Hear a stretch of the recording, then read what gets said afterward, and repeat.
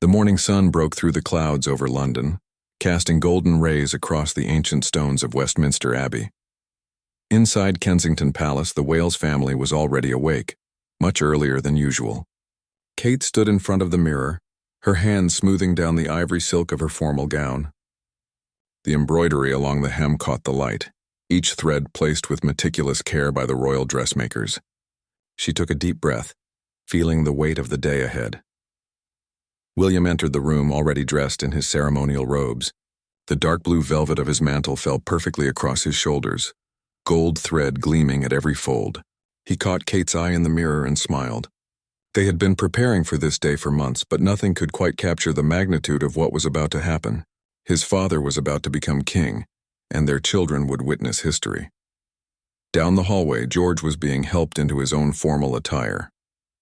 At 9 years old, he understood the importance of the day more than his younger siblings. His small fingers fumbled with the buttons of his jacket, and his nanny gently stepped in to assist. George looked at himself in the mirror, hardly recognizing the serious young boy staring back. He had been practicing his walking pace, his posture, and even how to hold his head during the ceremony.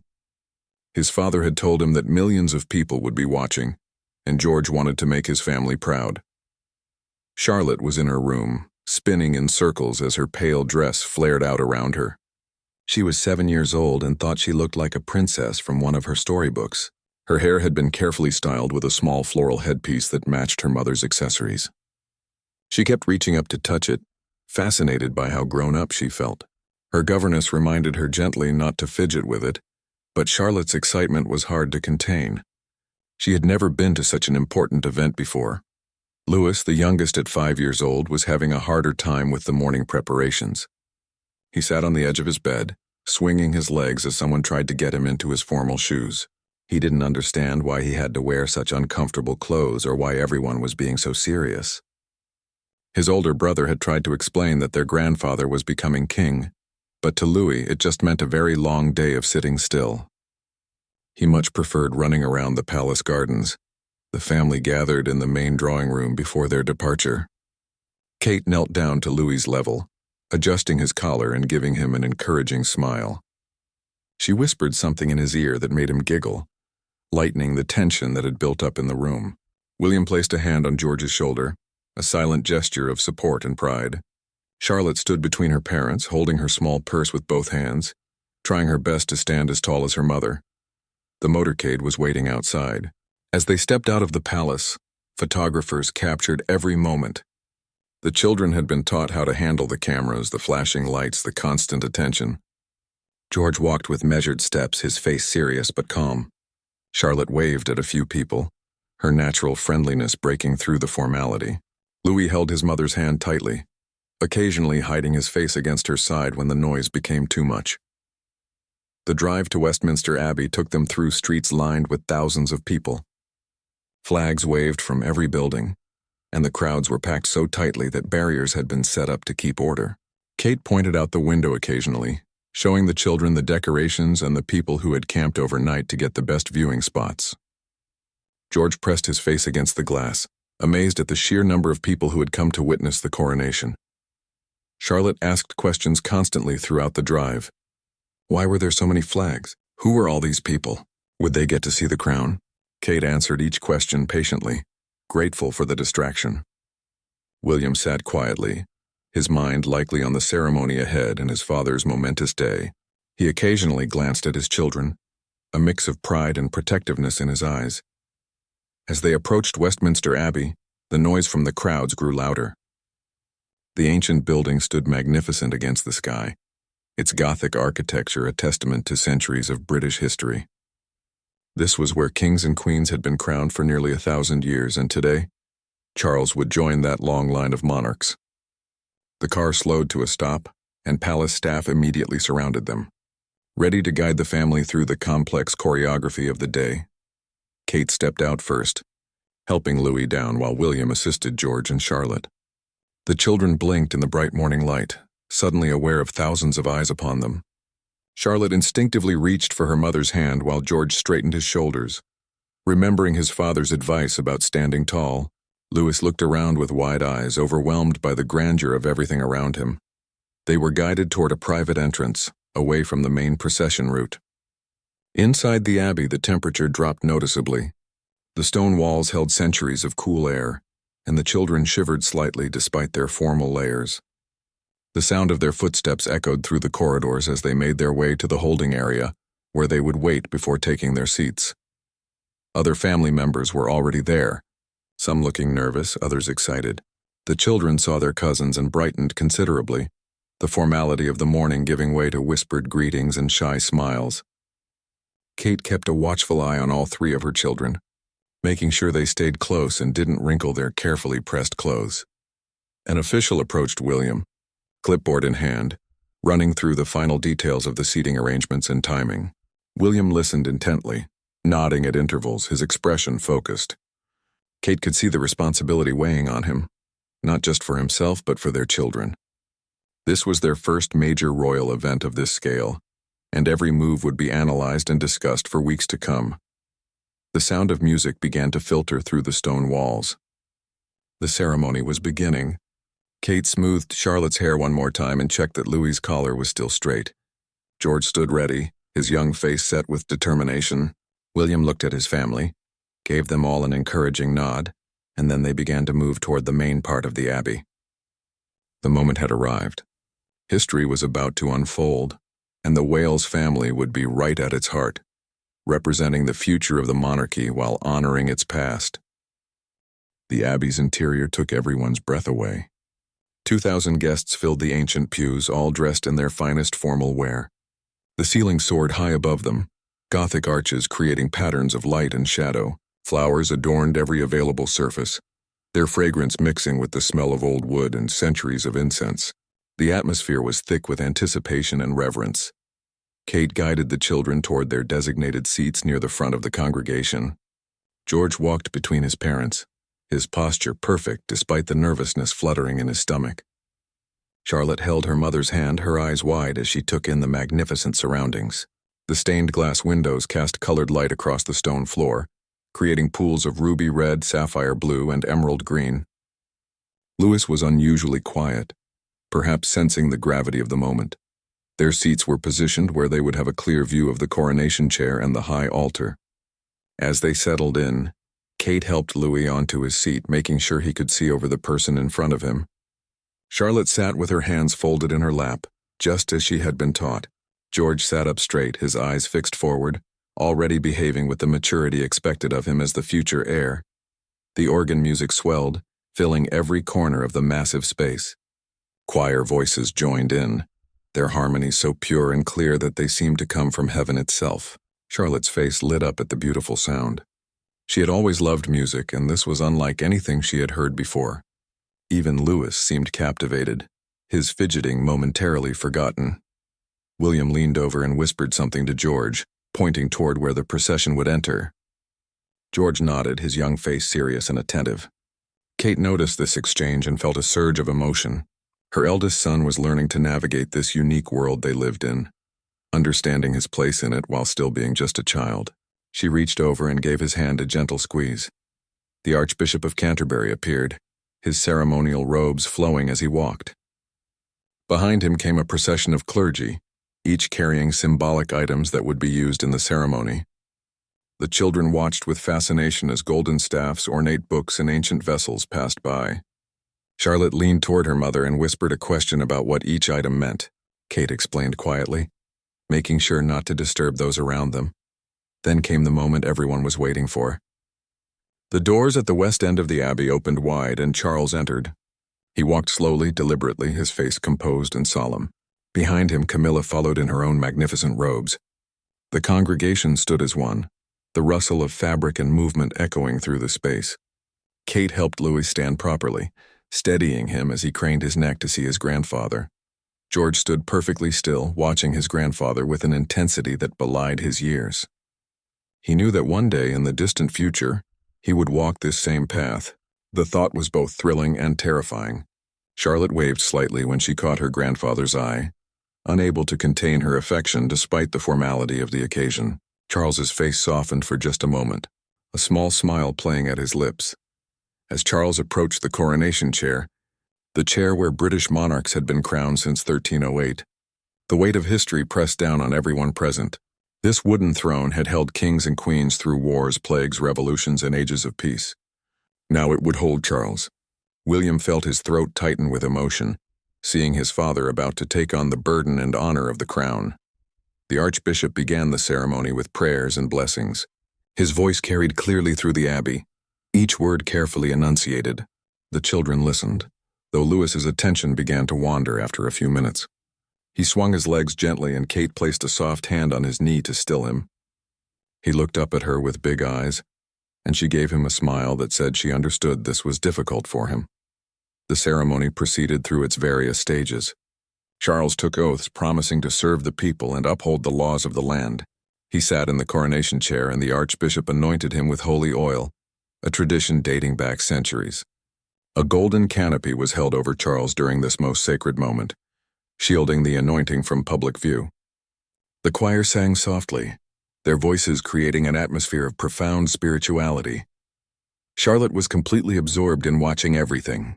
She noticed every detail of the robes, the jewels, the ceremonial objects being passed forward. She whispered to her mother about the beautiful embroidery on the Archbishop's vestments, her artistic eye catching what others might miss.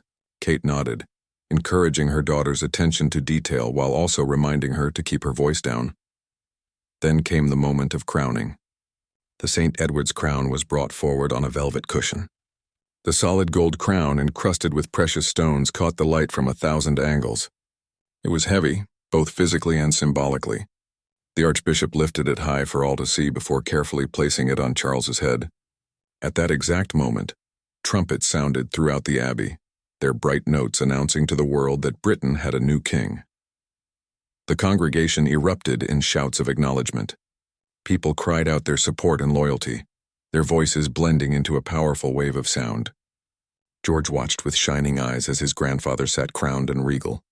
Charlotte clapped her hands together in excitement. Even Louis seemed impressed by the dramatic moment, his small mouth forming an O of surprise. Kate felt tears prick her eyes. She had known Charles for over 20 years now, had seen him as a father-in-law, a grandfather to her children, and a dedicated public servant. Now he was king, and the weight of that transformation was overwhelming. She glanced at William and saw similar emotions playing across his face. He reached for her hand, and they stood together, supporting each other through this profound moment.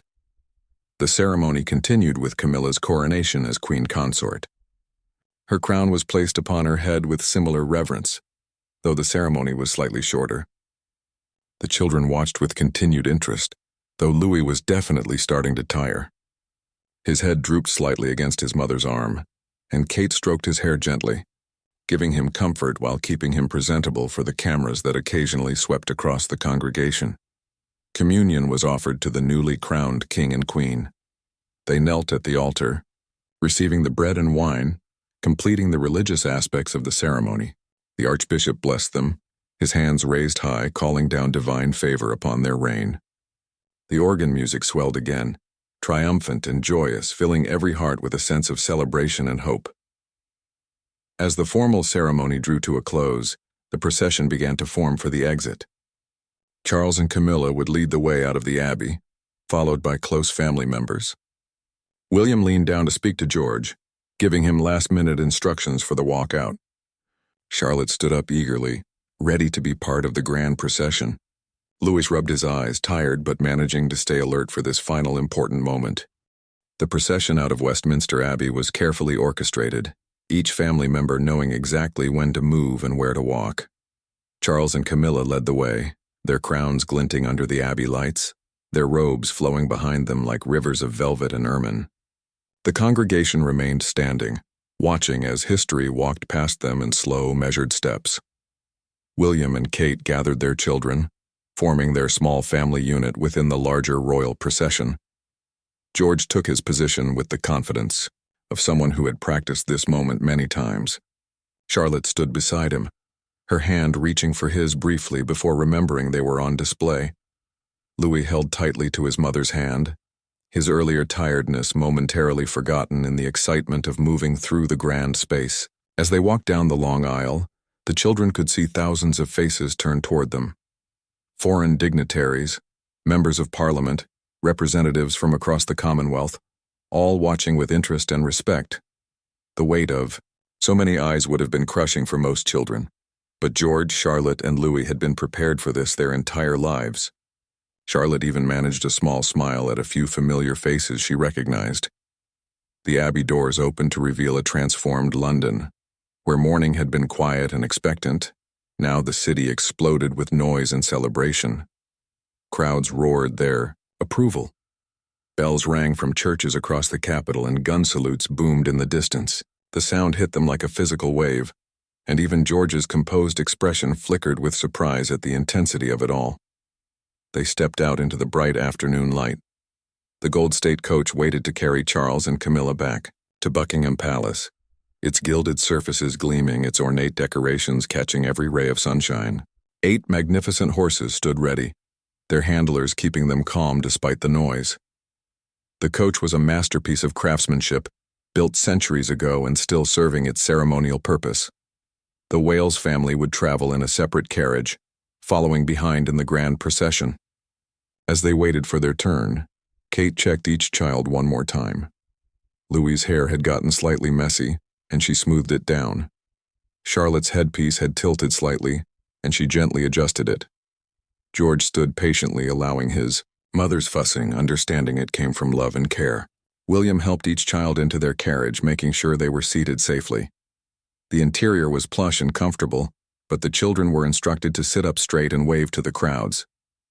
George positioned himself by the window, where he would be most visible. Charlotte sat beside him, already practicing her royal wave. Louis settled between his parents, his small hand in Kate's, drawing courage from her presence. The procession began to move. The crowds lining the streets went wild, cheering and waving flags. People had traveled from all corners of Britain and beyond to witness this historic day. Some had camped out for days to secure the best viewing spots. Their dedication was rewarded as the golden coaches rolled past, carrying the newly crowned king and his family. George waved steadily, his movements controlled and graceful despite his young age. He had watched countless videos of his great-grandmother, Queen Elizabeth, performing this same duty, and he tried to emulate her perfect balance of warmth and dignity.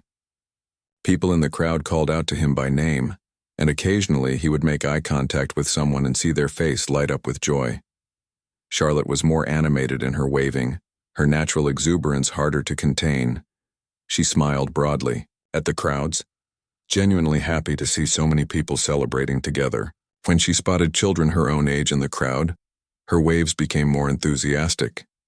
Kate gently reminded her to pace herself, as they had a long route to travel, but she couldn't help smiling at her daughter's joy. Louis alternated between waving and pressing his face against the carriage window. Everything outside was so colorful and exciting. The flags, the costumes people wore, the flowers being thrown toward the procession. At one point he turned to his mother and asked loudly if they could come back tomorrow and do this again. The comment made everyone in the carriage laugh, breaking the tension of maintaining perfect public appearances. The route took them through some of London's most iconic streets. They passed buildings decorated with massive banners and portraits of Charles. They rolled through areas where communities had organized their own celebrations, with bands playing and people dancing in the streets. The diversity of the celebrations showed how the coronation had brought together people from all walks of life. William pointed out landmarks to the children, helping them understand the geography of their capital city. He showed them where important historical events had taken place, connecting the past to this present moment. George listened intently, storing away information he knew he would need someday. Charlotte asked questions about the buildings and their history. Louis was more interested in a street performer he spotted juggling fire. As they approached Buckingham Palace, the crowds became even denser. This was where people had gathered, in the greatest numbers, hoping for the traditional balcony appearance that would come later. The noise was almost deafening now, a constant roar of celebration and joy. The horses pulling the carriages had been specially trained for this, but even they seemed affected by the energy of the moment. The palace gates opened to allow the procession through. As they entered the forecourt, the noise from outside became slightly muffled by the high walls.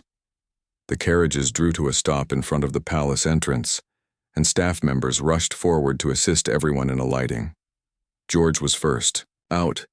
Turning to help his sister down the carriage steps like a proper gentleman, Charlotte accepted his help with a grateful smile. Inside the palace, the atmosphere was different from the morning's tension. There was a sense of relief and accomplishment now that the ceremony was complete. Charles and Camilla had already gone to their private apartments to rest briefly and prepare for the next stage of the day. William and Kate guided their children toward their own rooms where they could have a moment of peace.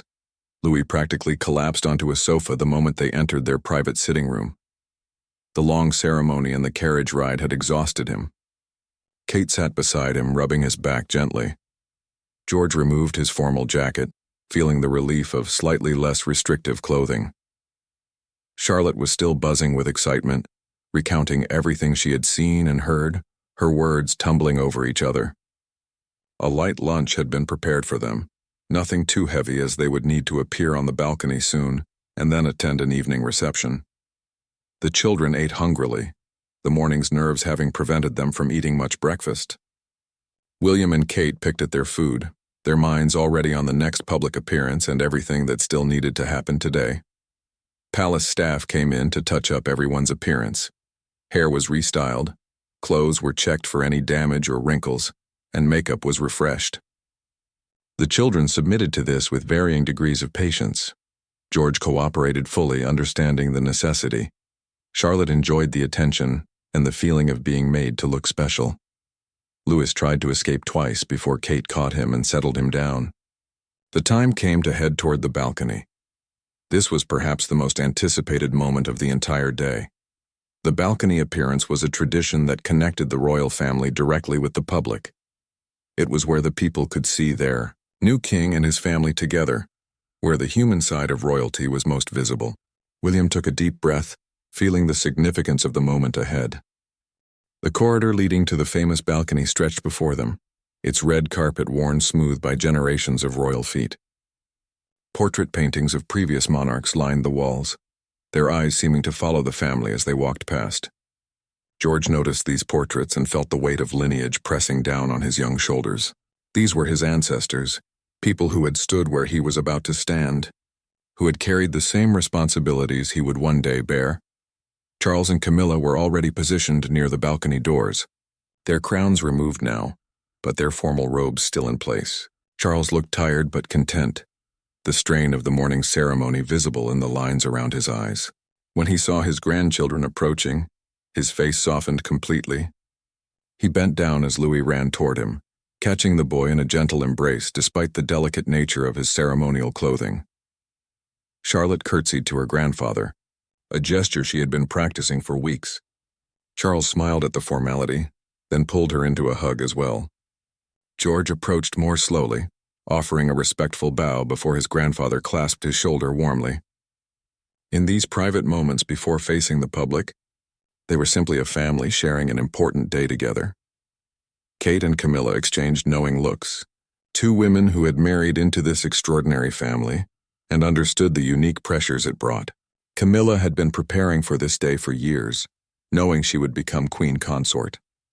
Kate knew that eventually, perhaps decades from now, she would stand where Camilla stood today. The thought was both distant and immediate, a future that seemed impossible yet inevitable. An official appeared, indicating it was time. The roar from the crowd outside was clearly audible even through the thick palace walls. Hundreds of thousands of people had gathered in front of Buckingham Palace and along the Mall, all waiting for this moment. The red arrows were in the air, ready to perform their famous flyover. Everything was synchronized to perfection. The family arranged themselves in order. Charles and Camilla would step out first, followed by William and Kate with the children. Other close family members would join them, but the focus would be on the new king and the direct line of succession. George understood he would be prominently featured in photographs and tried not to think about how many millions of people would see those images. The balcony doors opened. The sound that erupted from the crowd was unlike anything the children had experienced before. It was a wall of noise, cheering and shouting that seemed to shake the very air around them. Charles and Camilla stepped out into the afternoon sunshine, and the volume somehow increased even more. People were waving flags so frantically the scene looked like a sea of red, white, and blue motion. William and Kate followed, each holding one of Louis's hands. George walked beside his father and Charlotte stayed close to her mother. As they emerged onto the balcony, the crowd's reaction intensified. People pointed and called out to the children specifically. Charlotte was right, many people thought. They did look like princes and princesses from storybooks, standing on that famous balcony with the palace behind them. The view from the balcony was breathtaking. The mall stretched out before them, lined with trees and packed with people as far as the eye could see. British flags flew from every building and lamppost. The Victoria Memorial directly in front of the palace was surrounded by crowds standing shoulder to shoulder. Above, the sky was clear and blue, perfect for the planned flyover. George stepped forward to the balcony railing, following his grandfather's lead. He waved to the crowd, his small hand moving back and forth in that distinctive royal wave he had practiced countless times. People below screamed his name, and he could see phone cameras pointed upward, capturing his every movement. It should have been intimidating, but instead, he felt a strange sense of connection to all these people who had come to celebrate. Charlotte was thoroughly enjoying herself. She waved with both hands at times, her enthusiasm infectious. When she spotted a little girl in the crowd waving a homemade sign with Charlotte's name on it, she made sure to wave specifically in that direction. Kate gently guided her back slightly, reminding her to stay safe near the railing, but she was pleased to see her daughter so comfortable in this role. Louis was less certain about the whole experience. The noise was very loud, and there were so many people staring up at them. He stayed close between his parents, occasionally waving when prompted, but mostly just taking it all in. At one point, he tugged on his father's hand and said something that made William laugh and scoop him up into his arms for a better view. The family stood there for several minutes, waving and acknowledging the crowd's enthusiasm. Photographers positioned at strategic points captured thousands of images that would appear in newspapers and magazines worldwide. News cameras broadcast the scene live to billions of people watching from home. Social media exploded with comments and reactions, people sharing their thoughts on everything from the children's behavior to Kate's outfit to the significance of the moment. Then came the sound everyone had been waiting for. The distant rumble of aircraft engines grew steadily louder. People in the crowd began pointing upward, excitement building. The red arrows were approaching for their ceremonial flyover, trailing streams of red, white, and blue smoke behind them. The children had been told about this, but the reality was far more impressive than any description. The formation appeared over the palace, 9 bright red jets moving in perfect synchronization. Their smoke trails painted the British flag across the sky above the royal family. The crowd went absolutely wild, cheering and clapping and shouting.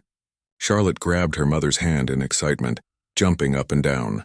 George watched with wide eyes, his usual composure cracking to reveal the 9-year-old boy underneath. Even Louis perked up, fascinated by the planes roaring overhead. The red arrows passed over and continued down the mall, their smoke trails lingering in the air like colorful ribbons. Behind them came other military aircraft, a display of Britain's armed forces paying respect to their new king. The noise was incredible, the ground seeming to vibrate with the power of the jet engines. The children watched the entire display, their faces tilted upward, completely absorbed in the spectacle.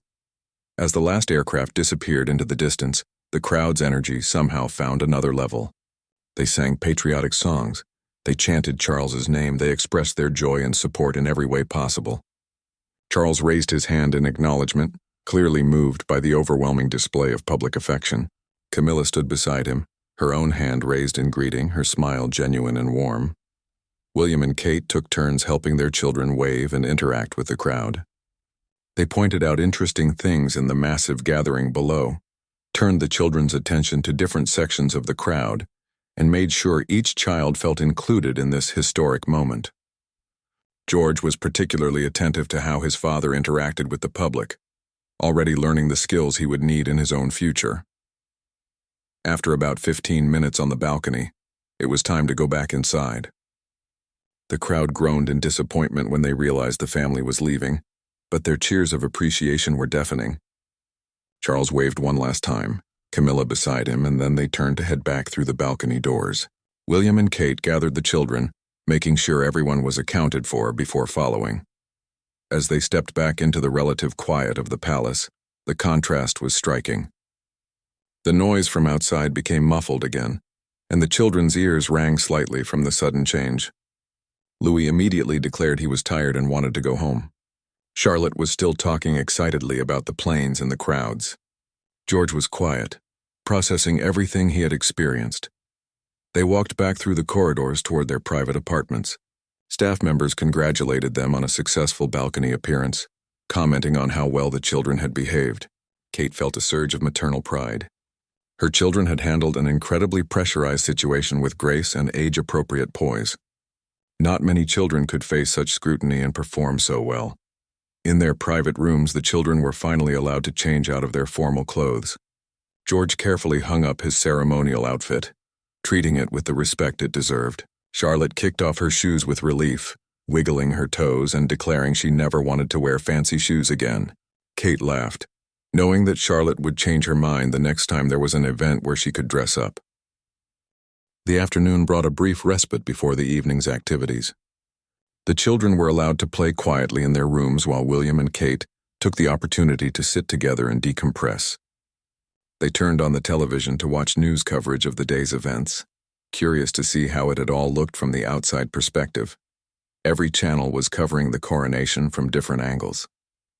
News anchors discussed the ceremony's symbolism. Fashion experts analyzed everyone's outfits, and body language specialists offered their interpretations of every gesture and expression. William and Kate watched footage of themselves and their children, seeing moments they hadn't been aware of during the actual events. Charlotte, waving enthusiastically, looked even more charming on camera, while George's serious composure appeared remarkably mature for his age. Social media reactions scrolled across the bottom of news screens. The overwhelming response was positive, with people praising how well the children had conducted themselves. Louis's occasional moments of tiredness were seen as endearing rather than problematic, a reminder that despite the royal trappings, he was still just a 5-year-old boy. Memes were already circulating, but they were affectionate rather than mocking. George wandered into the room where his parents were watching, now dressed in comfortable casual clothes.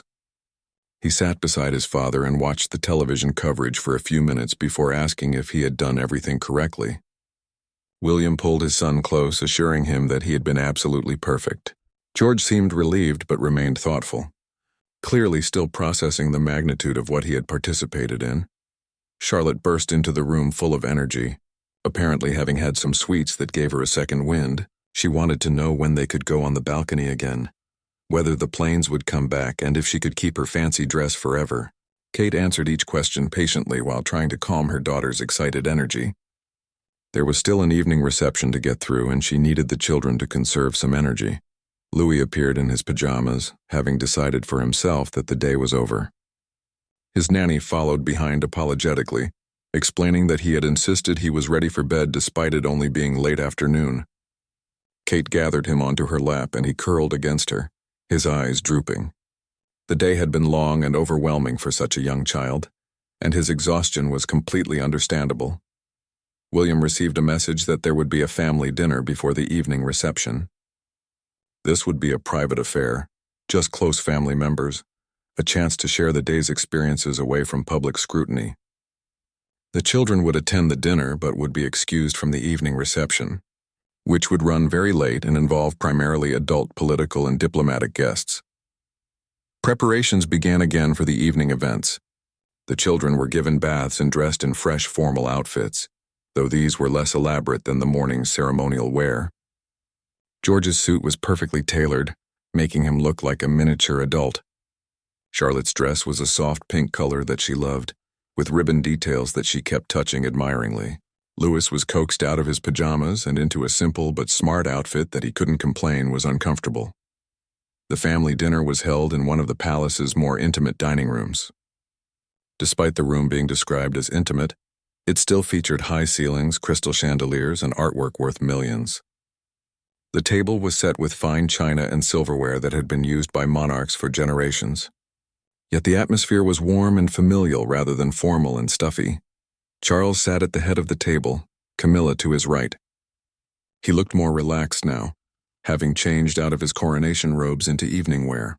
The weight of the crown might be invisible now, but everyone in the room understood it was permanently upon his shoulders. He smiled as his grandchildren entered, gesturing for them to sit near him where he could interact with them easily. The meal began with servants bringing course after course of beautifully prepared food. The children were given slightly simpler versions of what the adults were eating, consideration for their younger palates. George ate quietly and carefully, mindful of his table manners.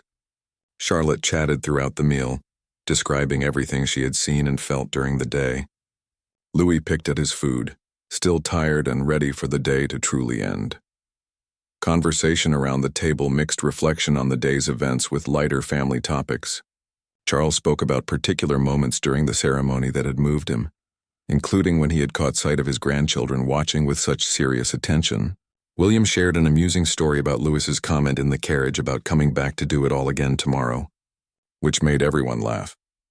Camilla asked Charlotte about her favorite part of the day, and Charlotte launched into an enthusiastic description of the red arrow's flyover.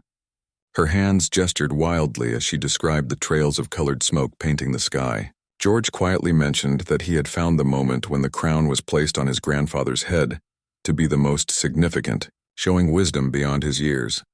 Kate watched her children interact with their grandfather and felt a complex mix of emotions, pride in how well they had handled everything, love for their individual personalities shining through even in formal circumstances, and a touch of sadness knowing they would face a lifetime of such scrutiny and responsibility. William caught her eye and seemed to understand her thoughts, reaching across to squeeze her hand gently. Dessert was brought out, an elaborate creation that made the children's eyes widen with delight. Even Louis perked up at the sight of chocolate and cream arranged in artistic swirls. The conversation grew lighter as everyone enjoyed the sweet course, the tension of the day finally beginning to lift completely. Servants moved around the table refilling glasses and clearing plates with practiced efficiency. As dinner concluded, Charles stood and raised his glass in a toast. He thanked his family for their support throughout the day and throughout his life. His voice carried emotion as he spoke about the responsibility of kingship and how much it meant to have his loved ones beside him. He looked specifically at William, acknowledging the role his son would play going forward, and then at the grandchildren, speaking of the hope they represented for the monarchy's future. William responded with his own toast, honoring his father's dedication to duty and expressing confidence in the reign ahead. George watched this exchange carefully, understanding that he was witnessing the relationship between current and future kings, a dynamic he would one day experience from the other side. The weight of that future pressed on him again, but surrounded by family, it felt less daunting. The children were excused after dinner to return to their rooms. They said goodnight to their grandfather, each receiving hugs and words of praise for their behavior throughout the day. Louis was practically asleep on his feet, and Kate carried him out while William guided George and Charlotte. Behind them, the adult family members prepared for the evening reception that would extend late into the night. Back in their private apartments, the children went through their bedtime routines. George brushed his teeth and changed into pajamas, his movements automatic after such a long day. Charlotte needed help getting out of her dress, the buttons too difficult for her tired fingers to manage. Louis was already asleep before his head hit the pillow, completely exhausted by the day's events. Kate sat with Charlotte as she settled into bed, listening to her daughter's continuing commentary about the day. Charlotte wanted to talk about everything from the beautiful flowers in the abbey to the lady she had seen wearing an enormous hat decorated with feathers. Her energy was finally winding down, her words coming slower as sleep approached. Kate stroked her hair and answered in soft tones until Charlotte's eyes finally closed. In George's room, William sat on the edge of his son's bed. George was quiet, staring at the ceiling with thoughts clearly racing through his young mind. William asked if he wanted to talk about anything, and George expressed concerns about whether he would be able to handle such events in the future. William reassured him that he had done brilliantly today, that experience would make these occasions easier, and that he would never face them alone. George asked his father if being king was very hard. William paused before answering honestly that it came with great challenges, but also great privileges, and that it was fundamentally about service to others. He told George that he had many years before such responsibilities would fall to him, years to prepare and grow and simply be a child. George seemed comforted by this and finally relaxed enough to sleep. William and Kate met in the hallway outside the children's rooms, both looking exhausted but satisfied. They had survived one of the most significant days in their family's history, and their children had represented themselves and the monarchy beautifully. They shared a quiet moment together before needing to make a brief appearance at the evening reception to fulfill their own duties. The palace around them was still buzzing with activity. Guests were arriving for the evening reception, staff were managing countless details, and security was maintaining vigilance over the entire operation. But in their private corner of this massive building, peace had finally settled. The children slept sound.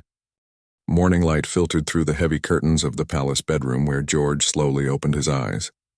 For a moment he forgot where he was and why he felt so tired. Then the memories of the previous day came flooding back. The ceremony, the crowds, the planes overhead. He sat up in bed, wondering if it had all been real or some elaborate dream. The formal suit hanging on his wardrobe door confirmed it had indeed happened. Across the hall, Charlotte was already awake and bouncing on her bed despite the early hour. The excitement of the coronation had not faded overnight, and she was eager to relive every moment. She wanted to tell her friends at school about it, wanted to draw pictures of the beautiful dresses and crowns she had seen, wanted to know if the newspapers had pictures of her waving from the balcony. Her governess tried to calm her enthusiasm while helping her get dressed for breakfast. Louis woke up confused and grumpy, as 5-year-olds often do after a disrupted routine and late bedtime. He did not remember much about the previous day's events, just bits and pieces of noise and crowds and fancy clothes. He wanted his normal breakfast in his normal dining room with his normal schedule restored. Kate soothed him gently, promising that today would be much more relaxed than yesterday had been. The family gathered for a private breakfast in their apartments. William had already been up for an hour, reading through newspaper coverage of the coronation. Every major publication, both British and international, had devoted their front pages to the event. Many featured photographs of the children, particularly the balcony appearance. The coverage was overwhelmingly positive, praising Charles's dignity and the family's representation of modern monarchy. George appeared at breakfast looking thoughtful. He sat down carefully, as if worried he might break something after yesterday's emphasis on perfect behavior. William noticed his son's unusual stiffness and reminded him gently that they could relax today, that the formality of the coronation was over. George nodded, but still seemed to carry the weight of yesterday's responsibilities in his young shoulders. Charlotte chattered throughout breakfast, barely pausing to eat. She asked question after question about what would happen next, whether there would be more ceremonies, when they could see Grandpa Charles again, if they would get to keep the clothes they had worn. Kate answered patiently between bites of her own breakfast, impressed by her daughter's stamina after such an exhausting day. The morning schedule included a brief appearance for official coronation photographs. This was a long-standing tradition, formal portraits that would become part of the historical record and hang in palaces and government buildings for generations.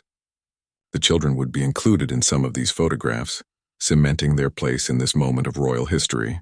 George understood the significance, while Charlotte just thought it would be fun to dress up again.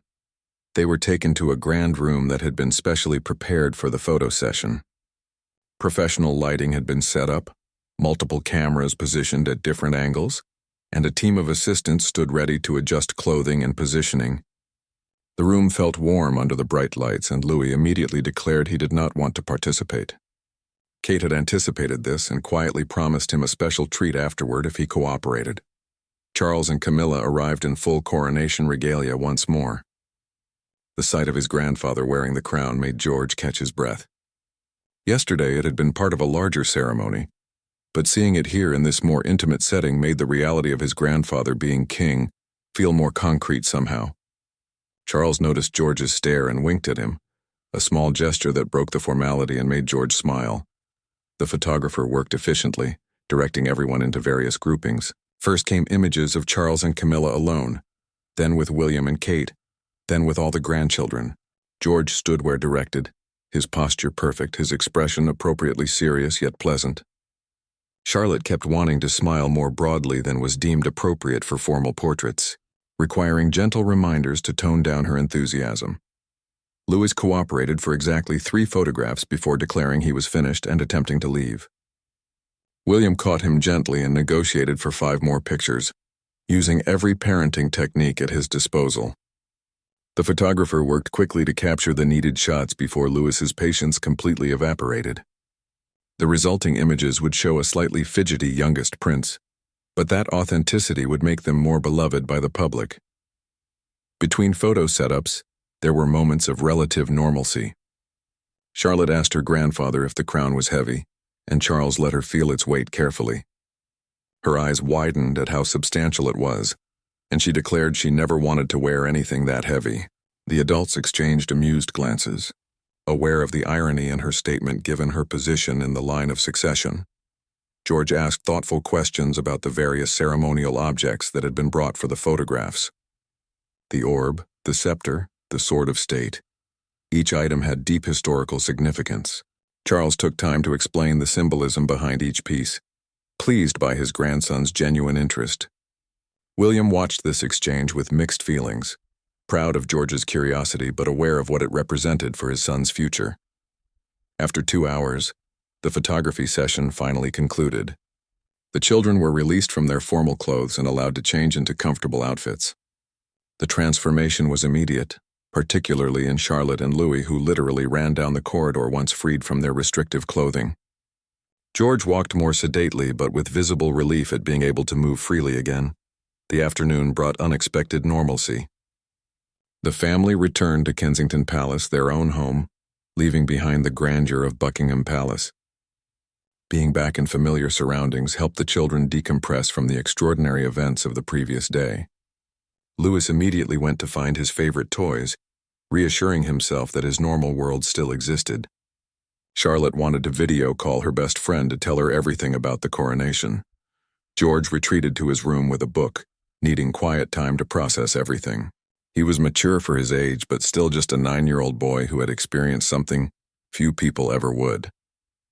The weight of public expectation, the awareness of his future role, the sheer exhaustion of maintaining perfect behavior for so long, all of it needed time to settle in his mind. Kate checked on each child throughout the afternoon, making sure they were adjusting well. She found Charlotte drawing elaborate pictures of crowns and castles, her artistic interpretation of the coronation. Louis was building a tower with blocks, having apparently forgotten all about the previous day's events in favor of immediate play. George was reading quietly, but looked up when his mother entered, and they had a long conversation about his feelings and experiences. William spent the afternoon dealing with follow-up matters from the coronation. Thank you messages needed to be sent to various officials and dignitaries. His private secretary briefed him on public reaction and media coverage. There were already requests for interviews and appearances, people wanting to capitalize on the family's increased visibility. William carefully considered each request, protective of his children's privacy and well-being. Evening brought the family together for a simple dinner, nothing like the formal affair of the previous night. They ate in their regular dining room at Kensington Palace, with food the children actually enjoyed rather than elaborate formal cuisine. The conversation was relaxed and normal, touching on school assignments and upcoming activities rather than historical ceremonies and royal duties. After dinner, they watched some of the coronation coverage together as a family. The children were fascinated to see themselves on television, pointing and exclaiming at various moments. Charlotte laughed at how serious she looked in some shots, having felt she was smiling the entire time. George was quiet, studying his own image critically, perhaps judging his performance. Louis fell asleep halfway through, exhausted despite having had a relatively normal day. William and Kate put the children to bed at their regular time, re-establishing routine after the disruption of the coronation. Charlotte begged to stay up later since they had done so the night before, but Kate was firm about getting back to normal schedules. George went to bed without protest, clearly tired despite his quiet afternoon. Louis was already asleep and simply needed to be carried to his room. Once the children were settled, William and Kate finally had time to themselves. They sat together in their private sitting room, processing the magnitude of what had occurred. The coronation had been a success by all measures. Charles had been crowned king, the ceremony had proceeded flawlessly, the public reception had been overwhelmingly positive, and their children had represented the family beautifully, yet both of them felt the weight of what it meant for their own future. Every day brought them closer to the time when William would become king and Kate would be queen consort. George would move up in the line of succession, his path toward eventual kingship becoming clearer and more defined. The coronation had been about Charles, but it had also been a preview of their own inevitable future. They talked late into the night about their hopes and concerns for their children, how to give them